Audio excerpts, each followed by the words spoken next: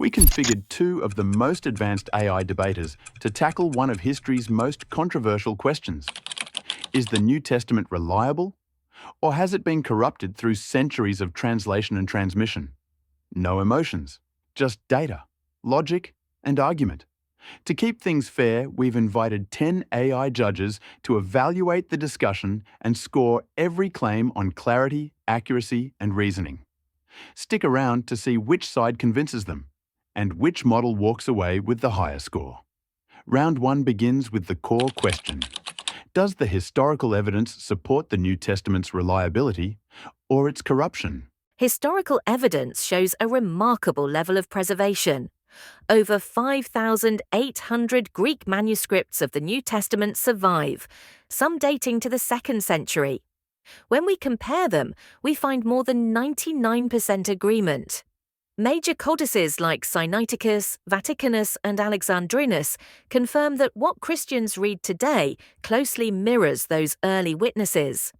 Archaeology, from the Dead Sea Scrolls to ancient lectionaries, demonstrates consistency in key passages. Differences exist, yes, but they rarely affect doctrine. The evidence points to meticulous transmission, not corruption. The quantity of manuscripts is not the same as the quality. Among those 5,800 copies lie more than 400,000 textual variants. More differences than words in the New Testament. Scribes corrected, paraphrased, and sometimes harmonized conflicting verses. Entire endings like Mark 16:9-20 and verses such as John 7:53-811 appear in some manuscripts but not in others. Transmission wasn't photographic, it was human. Reverent, devoted, but human copyists shaped the text we read today. Variants are expected in any hand-copied work, yet the Bible's core message persists unchanged. Even Bart Ehrman, a leading critic, admits that most variants are spelling or word order issues. When major variants occur, textual critics flag them transparently in modern translations. Rather than hiding corruption, the abundance of manuscripts exposes and corrects it. No ancient work, not Homer, not Caesar, approaches this level of textual visibility. Transparency doesn't erase uncertainty. Critical editions like Nestle Aland compile thousands of possible readings because we can't reconstruct a single original text. Every translation, King James, NIV, ESV, makes interpretive decisions. Politics and theology guide which readings feel correct. The problem isn't hidden corruption, it's unavoidable subjectivity built into the copying process itself. The argument of subjectivity underestimates early cross-checking. By the 4th century, church centers from Alexandria to Antioch were comparing copies and correcting discrepancies. Quotations from early fathers, Irenaeus, Clement, Justin Martyr, reproduced nearly the entire New Testament, proving textual stability before any centralized canon. The text wasn't preserved by accident, but by community consensus and reverence for the words. Early church quotations show interpretation, not identical text. Writers paraphrased or expanded scripture to fit sermons. And councils like Nicaea and Laodicea were political as much as spiritual, standardizing some books and excluding others, like the Gospel of Thomas or Shepherd of Hermas. Canon formation was not just reverence. It was power-defining orthodoxy. Yet, those councils didn't create the Bible. They recognized what was already authoritative. The core canon appears consistent across regions decades before Nicaea. The Dead Sea Scrolls proved Old Testament texts from 1,000 years earlier matched the Masoretic tradition almost word for word. That level of preservation is unique in ancient literature. The Dead Sea Scrolls also show multiple versions of the same book side by side, different Psalms orders, alternate Jeremiahs. Uniformity grew later under rabbinic and Christian standardization. Claiming divine preservation ignores that the process was historically messy. Human sifting, not miraculous photocopying. Even with that messy process, the outcome is extraordinary. The Bible endured conquests, exiles, and centuries without printing presses. Despite scattered communities and persecution, its words survived intact enough to be translated into every major language. That endurance suggests something more than random preservation. It reflects intentional guardianship of sacred text across generations. Endurance proves cultural influence, not accuracy. Texts of Homer's Iliad also survived millennia. What matters is how the Bible was used. Empires weaponized scripture to justify wars and suppress dissent. A truly preserved message wouldn't fracture into thousands of denominations, interpreting the same verse differently. Preservation of paper isn't preservation of meaning. Interpretive differences don't prove textual failure, they prove textual richness. The Bible's moral and spiritual message transcends variations in phrasing. Whether "forgive us our debts" or "forgive us our trespasses," the message of mercy stands unchanged. That resilience is why billions still find coherence in a text copied by hand for 2 millennia. Resilience doesn't equal reliability. If meaning can survive while wording changes, then we admit the text itself isn't sacred. Interpretation is. Once you detach meaning from words, you open the door to infinite reinterpretation, each shaped by culture, power, and translation bias. That's not textual preservation, that's adaptation. Still, the transmission record remains far stronger than critics imply. Textual critics today can reconstruct the original wording with over 99% confidence. That's a higher certainty than for Aristotle or Tacitus. If historians trust those ancient texts, dismissing the Bible's accuracy demands double standards.